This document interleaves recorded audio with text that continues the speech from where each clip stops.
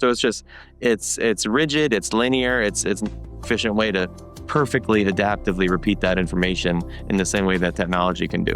What do you think the biggest mistake is on how kids structure a study session? We call that elaborative interrogation. And just the act of making the flashcards is already half the battle. And then how do you get the interval of repetition just in that sweet spot that you're just about to forget it? Or maybe you even just did forget it and then you're being corrected and you say, oh, yes, I knew that. Experience of like, oh, yes, I knew that and I'm being corrected. That's where real learning happens. Those times are rare, but when you feel that time, that is the perfect time to be making the flashcards. You can whip up your phone and you can just push the study button and you're repeating those flashcards with the right pattern of repetition. You're rating your confidence on a scale of 1 to 5. And then, oh, my mom's here, dinner's ready. But there needs to be some form of frequency and repetition and anchor. Cognitive science isn't rocket science. Your kid is highlighting their textbook, reading their notes, and feeling productive. According to the cognitive science, those are some of the worst things that they can be doing. Andrew Cohen is the CEO of Brainscape, a learning platform used by millions of students from AP up to the bar exam. And he built it on the science of how people actually retain information. Today, we're breaking down what real studying looks like. Welcome back to the Supported Learning Podcast. I am Dr. Joe Sebastian. Families often ask me how to navigate the maze of college prep without wasting thousands of dollars and years of time. And the answer usually involves finding the people who have figured out the rules of the game that schools aren't telling you. And that's why I'm thrilled to have Andrew Cohen here today. Andrew is the founder and the CEO of Brainscape, one of the world's largest leading smart flashcard platforms used by millions of students. He came to EdTech from international consulting and the World Bank. Then he earned a master's at Columbia Teachers College, where he engineered the foundational algorithm behind Brainscape. His work is rooted in cognitive science, and his platform is used for everything from the AP exams to the bar. So we're going to dive into why most studying is a waste of time and what cognitive-based repetition actually means and how parents and students should be approaching academic learning if they actually want real results that stick. So Andrew, welcome to the show. Oh, great to be here, and what a great introduction. Thank you. Absolutely. I've given them the highlights, right? So I would love to hear the 60-second rundown of who are you and what do you do for education and learning specifically? Well, I founded Brainscape because I had the problem of studying inefficiently myself. As you mentioned, I lived in working with the World Bank. I was living in Panama. I was actually working on a very high-profile anti-corruption project. I had to get real good at Spanish, and I was kind of a deer in headlights, staring at TV cameras, interviewing me about corruption and controversial projects. So I needed to just get down and learn Spanish a lot more efficiently. And so I ended up making a Microsoft Excel macro that would just kind of quiz me in a pattern that made sense for me, and it ended up so effective for me that I wanted to create a company out of it. And I sort of discovered these principles that are relatively universal, that we've known about for so many decades, but that have just been woefully underutilized. So Brainscape is a web and mobile study platform now that's now used by over 11 million users to find, create, and share adaptive flashcards, because it turns out that the old school flashcard is the most effective way to internalize concept-based information, right? Knowledge-intensive information, so that you could then apply that knowledge to all the great skills and applications and other things that, real education is best suited for teeing us up for. So we are a team of 30 globally and just out to help the world study as efficiently as humanly possible. Now, in Panama, did you help at all with the CIA and Noriega, or is that classified? Is that I can't tell you. I'd have to tell you. Okay, well, there we go. No, I'm just saying, it was actually, it was like a decade after Noriega had been ousted, but everyone had a story. Just like we've got a story, where were you on 9/11? They had a story. Yeah. Where were you when the Americans invaded, when the helicopters came in and the bombs started dropping? It's wild. I worked with one of my first jobs was cutting grass on a golf course, and I worked with two professional alcoholics, and one of them was in the Noriega raid, and he said they got 2 pallets of like thousands of dollars and a pallet of drugs, and they took a lot. They stuffed money down the thing. There's a crazy story, but Your background is very intriguing. You went to Columbia, worked for the World Bank, and you developed this algorithmic that, another famous Ivy League grad developed an algorithm that's controlling a lot of the world with Facebook. But so you started international consulting, you ran technology projects for the World Bank. What pulled you towards education from there? Well, the product that I made for myself, this Microsoft Excel macro, it just worked so well for me that people were telling me we've never seen anybody that got so much better at a language so quickly. I'm not writing Dickens in Spanish, but from where I started, but I had had a minor in Spanish in college. I kind of sucked. I was trying to use the Rosetta Stone to being able to have a seat at cabinet level meetings, working with the administration of Martin Torrijos, who had just been elected on this anti-corruption platform. And people are saying, how did you get so much better at Spanish? And so I started showing people this Excel program that I'd written. And a couple friends that were grad students at the University of Panama said, can I use this program to put in my own questions and answers, right? I'm in a public administration degree, or I'm in a history master's degree. And so I shared this with them. This is 2006, 2007. So kind of right before the iPhone was even a thing. And before I knew it, this Excel spreadsheet goes viral over email. People are sharing it with each other. Students are kind of making their own questions for different exams, and they're saying, this should be a website. This should be a tool that people can use. And then I see, Steve Jobs presents the iPhone, and the App Store comes out. And I said, man, I should probably, take this knowledge, this passion that I have, and put it to work. But who the hell am I to create a tech startup, right? I don't know anything about Right. anything about education. So that was what brought me to Columbia University, and I sort of made this the focus of my entire degree, my master's project, my thesis, which sort of became the Brainscape white paper. And so I sort of was forced to create this, because I couldn't imagine a world where this didn't exist. I was just sort of the vehicle for bringing it to life. Yeah, that's incredible. That's a 16-year journey from when you launched Brainscape. And looking back on it in 2010, what's the one thing about how kids learn that the cognitive science showed you that you wish more parents understood? We think of learning kind of linearly. We think that if we wrap information delivery in some magical pixie dust, like we tell a more engaging story, or we use mnemonic devices, or there's more emotion involved, or there's more hypermedia, or these myths of learning styles, right? I'm a kinesthetic learner, I'm a visual learner, I'm an auditory learner, and we just present this knowledge in this amazing way, this really great educator that is just going to stick better. And what I think people don't appreciate is that knowledge acquisition, it's a process, right? You can have the most enriching bucket of water with nutrients in it for a plant. And if you dump that entire bucket of water, you just put more and more nutrients on it, and you dump it all on a plant the night before, the plant's probably going to die, right? The best way to water a plant is you would kind of spray a mist over a sustained period of time, same amount of water, or maybe even net half the amount of water, half the amount of study time needed than you would be cramming, but just actually spread over time. So how can you create a system of learning? Because the idea of that sounds daunting. It's like, oh yeah, sure, I'm going to study 5 times a day. I'm going to bring out my books. I'm just going to be this perfect student that starts studying a month before the test. Nobody does that, right?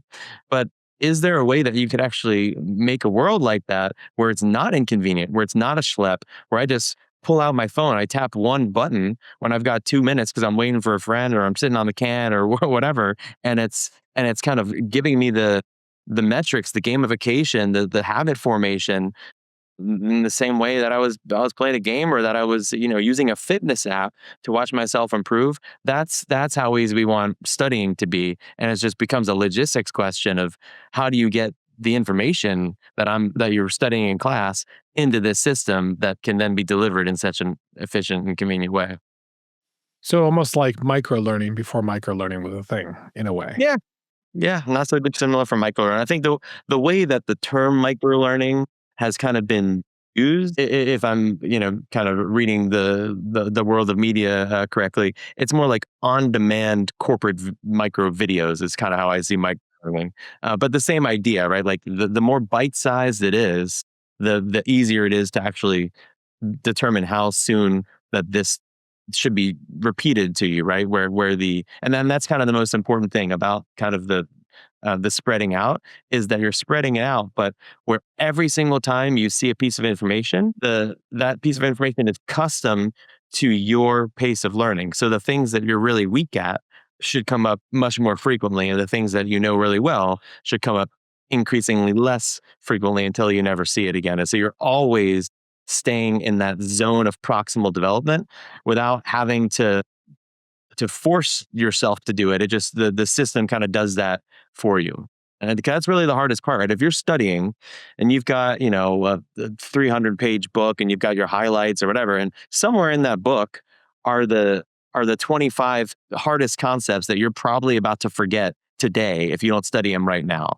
But you don't know where they are in the traditional book, right? You're just going to be like magically having to flip through, and oh my gosh, like maybe I'll use the pink highlighted passages because that's pretty, and I'm that meant something when I highlighted in pink.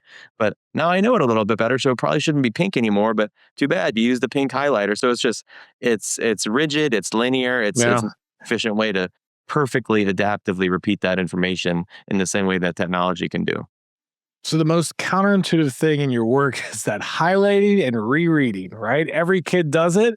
Yeah. I have mine right here. You're telling me that it's So pretty. worthless. It's so What? pretty. It's so pretty. It is. It's color coded. It's like I got points. So you're telling me that it's just all worthless, right? So like, what does the science actually say?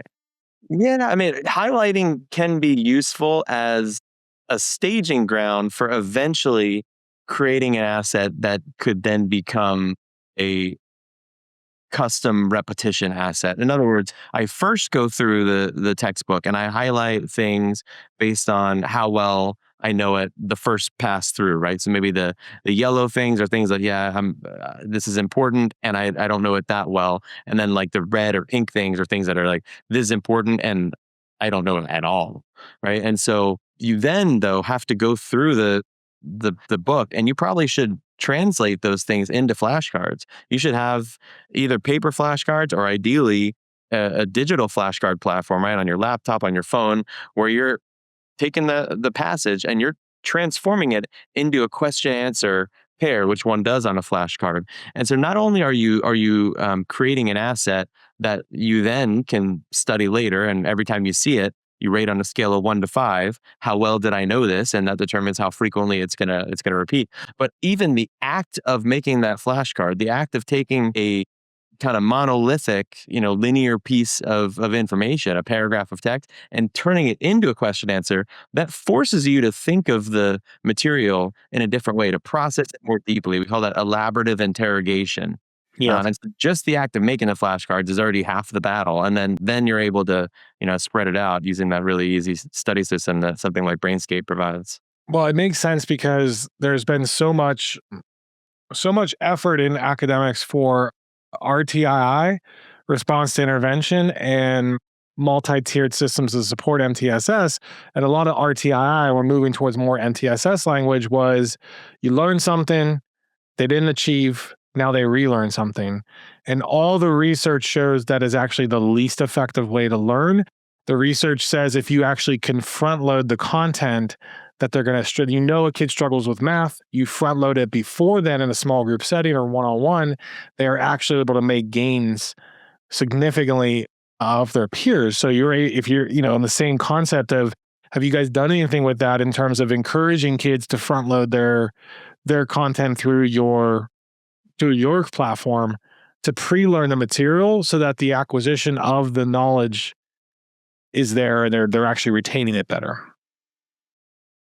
I've seen a lot of teachers structure their class in a way that encourages the pre-learning, because they'll say tomorrow morning in class there's going to be a quiz, and in order to study for this quiz you need to study these flashcards the night before, and this quiz is on a lesson that they haven't even taught yet.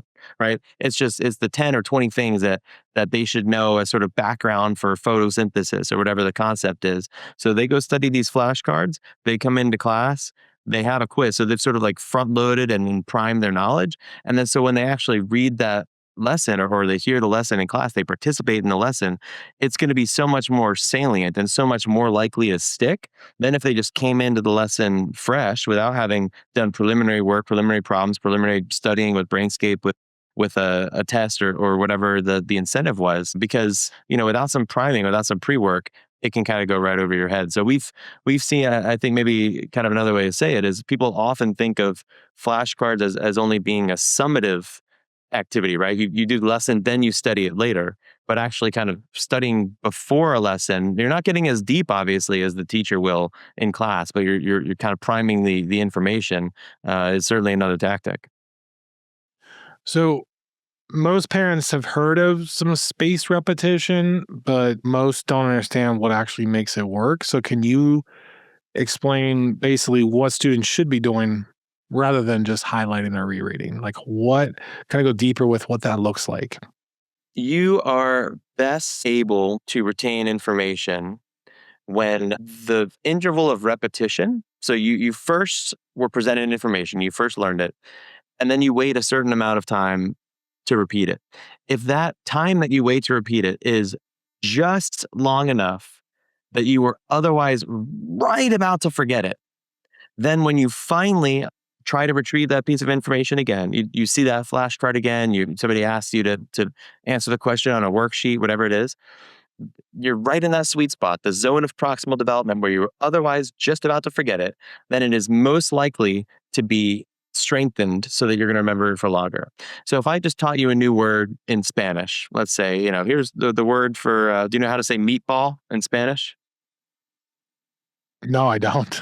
Yeah. It's albondiga, right? So Abondiga. kind of a tough word, right? Albondiga. And I could show you the text, I could show you a picture of it, whatever the senses are. But because it's a tough word, if I don't ask you again, hey, how do you say meatball? Within probably 30 seconds or 2 minutes, you probably would forget it, right? If I wait 20 minutes and then I say, hey, how do you say meatball again? You're like, I don't know. I forgot that, 10, 15 Abondiga. minutes ago, right? But if I asked you right now, hey, how do you say meatball? Albondiga. Albondiga, right. That was probably a little too soon because I just, said that. So maybe I should have waited a minute or 2 minutes, right? By asking you again just immediately, that was kind of a waste of your time because you already knew it. If I waited 20 minutes and you've forgotten it, it's also a waste of your time because you have to relearn it. So how do you get the interval of repetition just in that sweet spot that you're just about to forget it? Or maybe you even just did forget it and then you're being corrected and you say, oh, yes, I knew that, right? That experience of like, oh, yes, I knew that and I'm being corrected, that's where real learning happens. So what Brainscape does is we take all the knowledge that you've learned, right? It's broken down into the binary question answer format, and we just create this personalized knowledge stream that is as close as possible to every single card, every single piece of information you see being right in that zone of proximal development, right? Maximizing your cognitive load without being in cognitive overload mode. And you can't optimize the use of study time more efficiently than that by keeping everything in that zone of proximal development. So for a kid studying for like an AP exam, Mhm. say AP biology with 200 terms to learn, what's the practical playbook? Where do they start and what's the rhythm? Well, I love that you're asking about AP content because Brainscape has about a dozen pre-made packages of great content. I think for bio, I could probably look up. It's probably many more hundred cards than that. Might be 600, 1,000, and it's not just vocabulary either. So a lot of times people think of flashcards and they think a flashcard is just a vocab word and definition. It could be a diagram and label this part of the diagram. It could also be a process question, right? Describe the steps in photosynthesis or in the Krebs cycle, or it could be a case study, right? This thing happens to a cell that's in distress, that's dehydrated. What might be happening? What's this process called? And how would you diagnose it? now getting into kind of more medical type content. But these are the types of things you can have on flashcards. So that's why, the AP biology content we have is so rich. But anyway, getting back to how they would use it, you'd find the Brainscape AP biology product on our marketplace. You add it to your library, and then you just push one button, the study button, and it starts showing you flashcards that is in the order in which, it's scaffolded, thinks you see them. And every flashcard that you see, it asks you, once you see the answer, on a scale of 1 through 5, how well did you know this? How confident were you? And based on your confidence, it determines how soon to show it to you again. So it's just a constantly evolving, constantly improving mix of flashcards. And Brainscape gives you a series of metrics to make sure that you know you're on the right track, to make sure you know how much time at this rate of learning would it take you to get to 100% mastery of this deck or of this entire collection. How should you meter out those hours of studying over time, right? If you've got 17 more hours of total study before you're 100% mastery, and okay, I've got 3 months before the exam, you should probably start metering out those hours, right? Because you don't want to spend 17 hours studying in the 3 days before the exam, if that is in fact, how much the product predicts that you'd have to learn at that rate. So Brainscape gives you an entire journey, all the different graphs that show you your rate of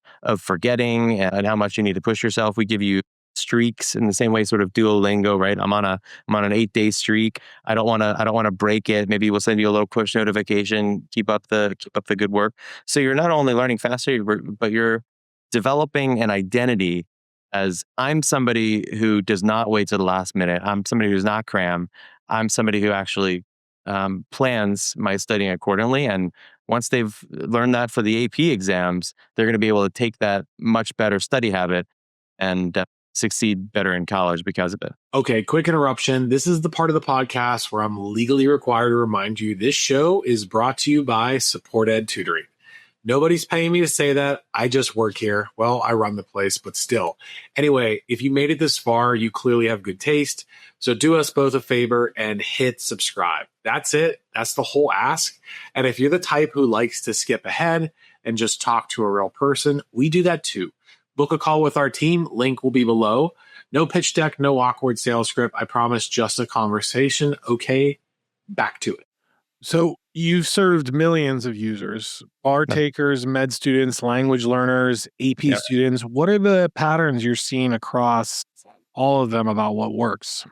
I would say that the underlying principles, the underlying psychographic of a Brainscape learner is consistent regardless of what the demographic is, right? There's somebody who is motivated. There's somebody who, has discipline, and there's somebody who knows that if they're able to see the carrot right in front of their face, right? If I could just do this much more that's in front of me, I'm going to be able to make it to unlock this next goal. That's going to unlock the 3 goals from here. So what works is just being devoted to what you're doing and to being consistent about using the product and just letting the product guide you in the direction that it's best suited for. How about note taking? Most kids spend hours on it. Is it worth doing it? Like, if so, how should they be doing it? So you asked about AP as your first case study, and that was a great case study to illustrate Brainscape has content. So you would just go to the marketplace, add to your library, and start sitting our AP biology flashcards. If you're in a class that doesn't already have pre-made Brainscape flashcards, right? Let's say you're just in Biology 101. You're not in the AP class, so it's not a standardized exam curriculum. It's your teacher, your publisher, your textbook, your exams. It could come from your textbook. It can come from class notes. Whatever you taking, whatever you're provided by the teacher and collating to make yourself responsible for internalizing, you're able to then use a product like Brainscape and chop it into bite-sized pieces. Because you ask, does note-taking work?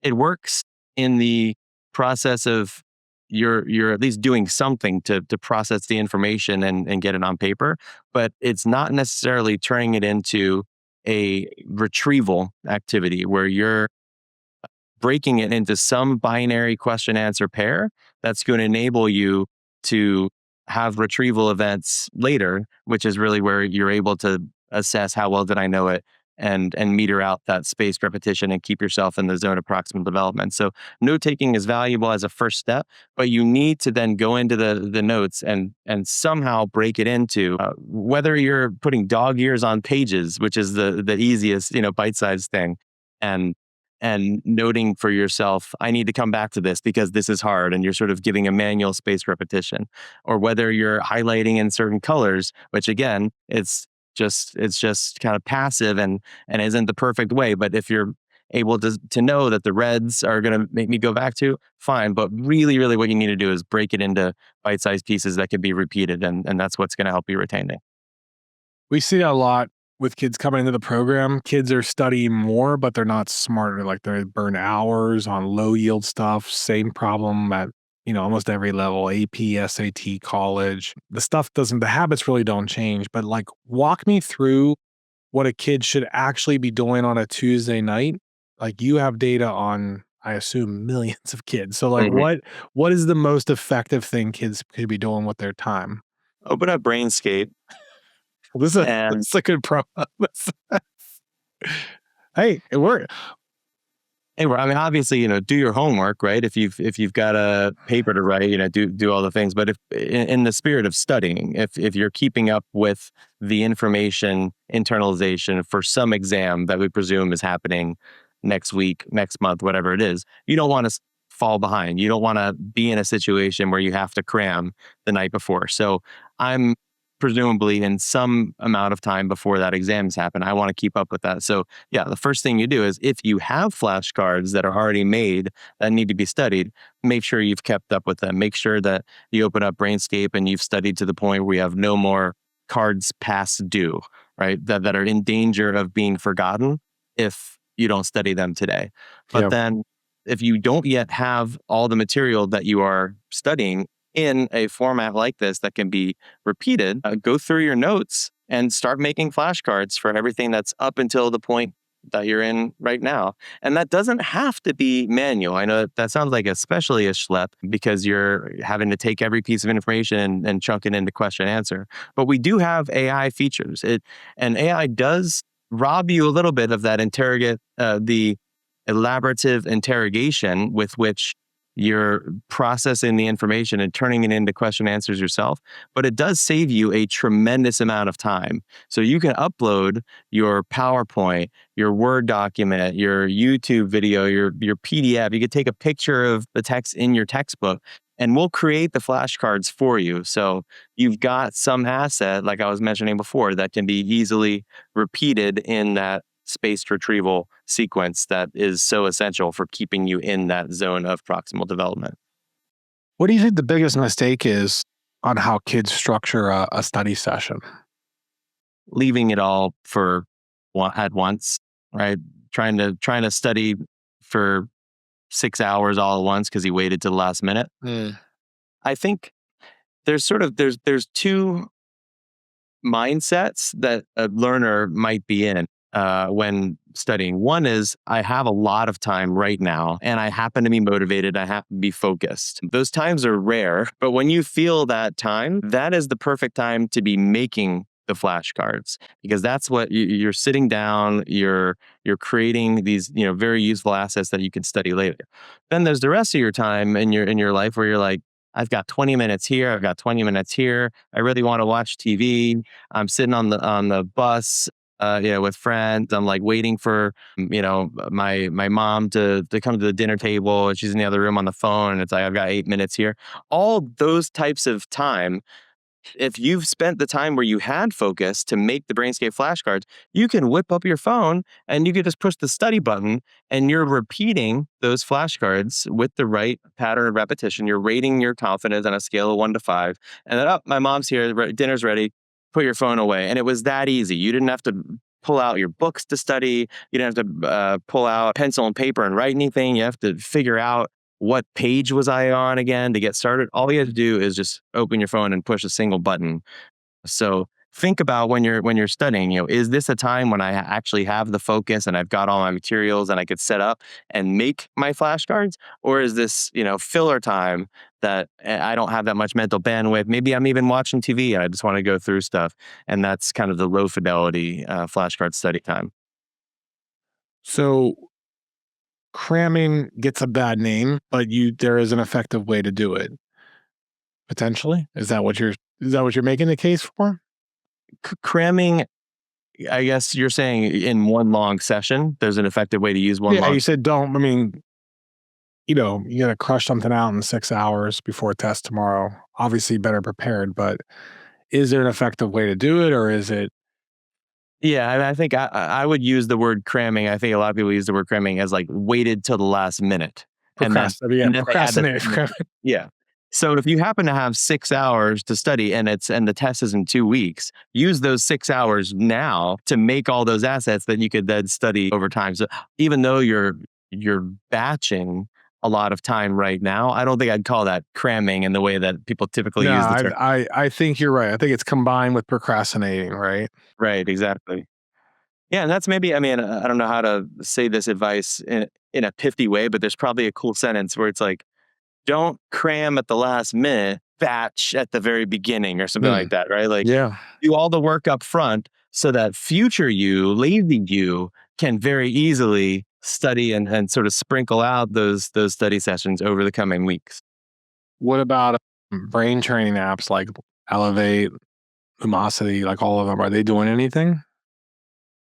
They're pretty cool. I've played with them, and I think what the research tends to show is that they do get you better at the task that it is. Right? If it's a Yeah. reaction time task in this game, you get better at that game.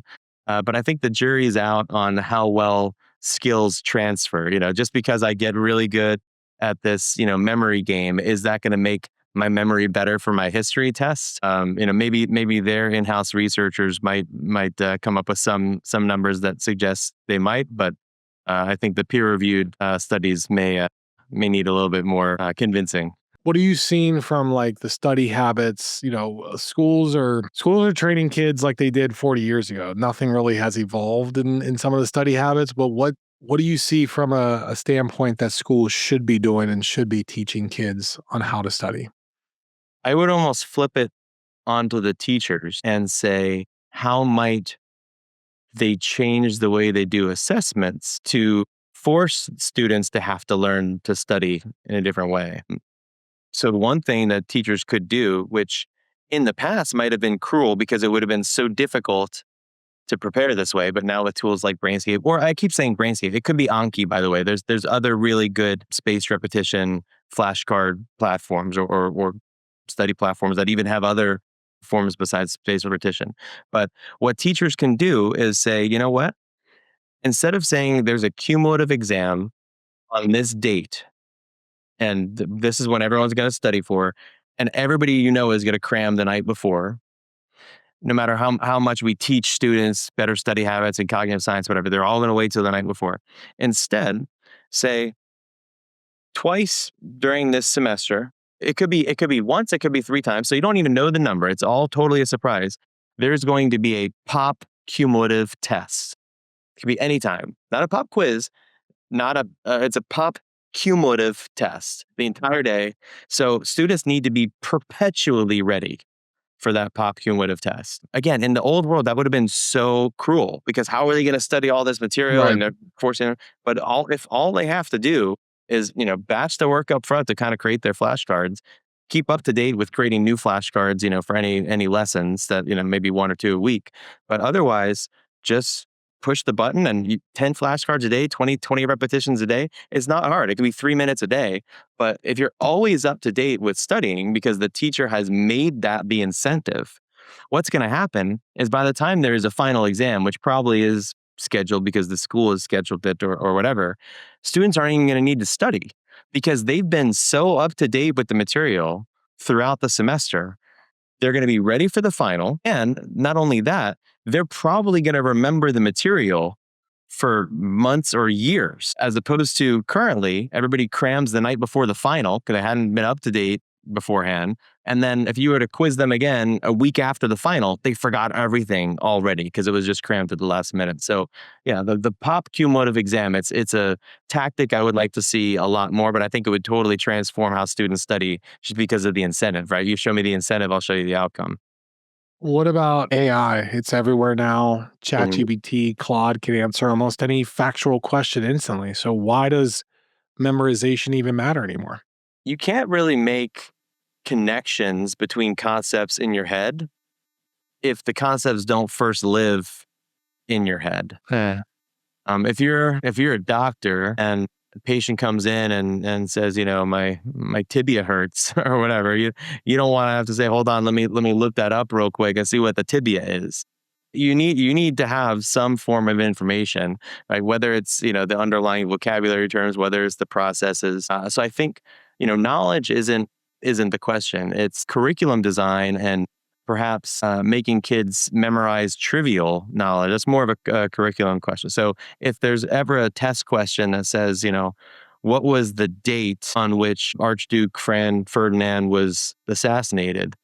Right, that's just a terrible question. That's terrible to have any kids have to memorize that date. But if the question is, you know, describe the historical significance behind why the assassination was important and what did it set off, that's an important thing for students to know to be able to be worldly and understand history and discussion and repeating itself, and that's still a fact. It's not a bite-sized trivial date, but it's still something that could be flashcardified and could be repeated in a spaced repetition format. So there's a role for knowledge. I think though that class time probably shouldn't be for for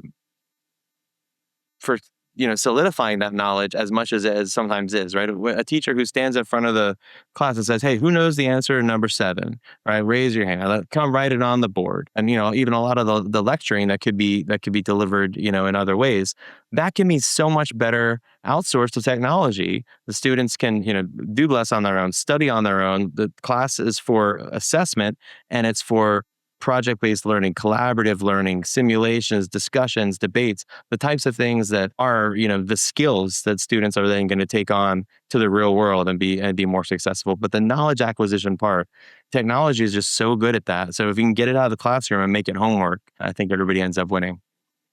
From your seat as a edtech SaaS founder and an investor, like what trends are you actually going to see like change for how kids learn over the next 3 to 5 years?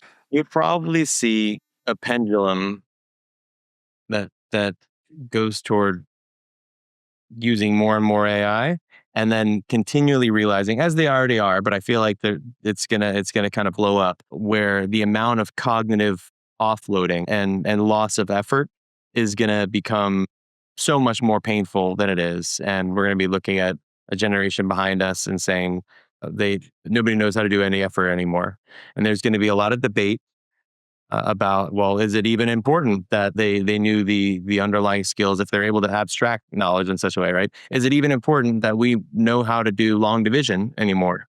If we've got calculators that could just do the division for us, and so now we could do higher level math and higher level things. But at some point, maybe understanding how long division works and understanding the importance of it was still important. So I think you're probably going to see a lot of backlash. You're probably going to see a lot of sort of AI free schools or technology free schools or anything. And I think there's probably going to be a lot of choice for parents and students to determine what environments that they want to go into. So I don't know. It's going to be an interesting couple of years. How about from a parent of a younger kid, 9, 10, 11? What's the most important thing they can do right now to set up real learning habits before high school? Incentivize frequent studying and participation. So if you want learning habits, right? There's all kinds of different rules of thumb. It takes 25 repetitions or 7 days in a row, or whatever the rules of thumb. And it probably depends on what the habit is. But there needs to be some form of frequency and repetition and anchor. So whether that's every night at the dinner table, we're gonna talk about what you did in school today, and you tell me 5 things. And it becomes a habit. And it just becomes a ritual.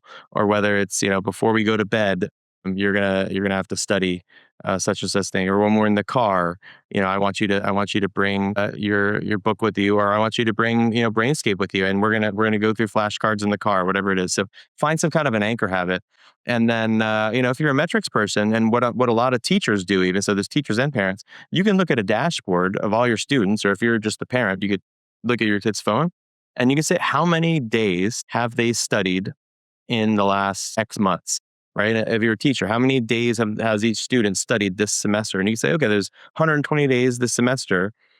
5% of your participation grade is you need to have studied on 40 different days. That's just one day every third day. And I don't care if it's one flashcard or you just open up the app. You're developing an identity as somebody who shows up and who spreads it out over time, because that's the most important thing in terms of what learning habits to instill is the frequency and regularity. If it's lumpy, if it's just wait till the day before the test, you're not going to retain anything, you're not going to score well, and you're going to end up having to spend 2 to 3 times more time just to get the same results than if you were able to conveniently sprinkle that out over time.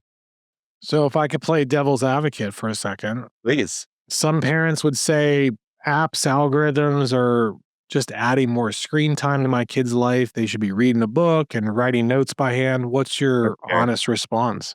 That's fair. And you did say 9 and 10-year-old. And so I'd probably somewhat empathize with that, because I want to get kids phones and screens, out of their faces as much as you possibly can. So if it's not Brainscape, or maybe if Brainscape, lives on your phone, that's fine. But the anchor habits, and especially the amount of content that you're learning when you're 10, you're not a medical student. You don't have to have 10,000, pieces of information that you're studying over 3 years and really, really need something as powerful as Brainscape as you do. Maybe having 30 paper flashcards is completely fine, and you can bring those flashcards with you. So if you're a device-free household, or you're trying to cut down on screen time, or you don't want the risk that, after they use Brainscape, then the kid's gonna, switch over to TikTok or YouTube, I completely respect that.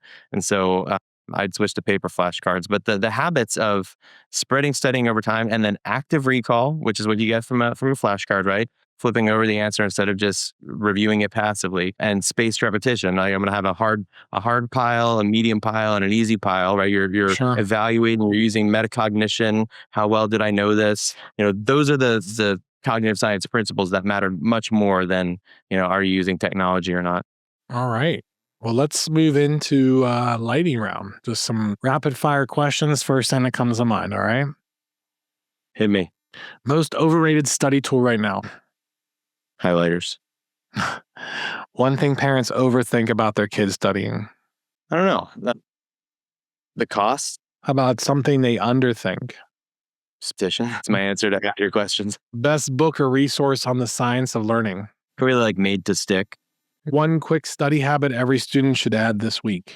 The Feynman technique. Let's take it outside of Brainscape, which is my answer to everything. Feynman technique is the technique of trying to pretend you're teaching the concept to somebody else, ideally somebody more clueless. It could be your little sibling, your imaginary friend, your stuffed animal. But after you got to some level of mastery of a subject, close the book and then just pretend that you're the one lecturing it, and then go back to the book and see how much did I miss. That action is so important. They say best way to learn something is to teach it. It's one of my favorite techniques. If you could whisper one piece of advice to the parent of an AP student studying right now, what would it be? Brainscape. All right. There you go. You're going to use this as a cut up for a Brainscape promo, huh? I know, man. If you want to send me some clips, I'm sure my Absolutely. people go nuts with it. Well, it's awesome to meet you, Andrew. I really appreciate you coming on. I know we're both East Coasters, so it's coming up on 10 o'clock here as well as we in the evening. And I appreciate you spending some time with us. If for those that want to learn more about you and Brainscape, where's the best place for them to find you? You can find Brainscape's website at brainscape.com. You can find us on the App Store. You could find me personally, Andrew Cohen, on LinkedIn, on X. I don't really do the Instagrams so much. And I'm easy to reach out to if you just DM me or comment on my stuff. So hit me up. What's one thing you want parents to remember from this conversation before we wrap? Cognitive science isn't rocket science. The principles of active recall, metacognition, and spaced repetition can be grasped in minutes. And it's just a matter of weaving them into your life and your child's life. And you'd be very surprised at how much they can push their own cognitive load and their own performance, and how much they themselves can actually be made to understand the concepts of learning sciences so that they take learning increasingly into their own hands. Andrew, thank you. I appreciate you sharing the science today. And hopefully we'll connect again. Come back on, maybe later on when we do it in person. What if I come to New York or something? Awesome. That'd be great. All right. We'll put all the links and everything we discussed in the show notes today. We'll have a link to Brainscape as well to download. Thank you all for listening to the Support Learning Podcast, and we'll see you next time. Awesome.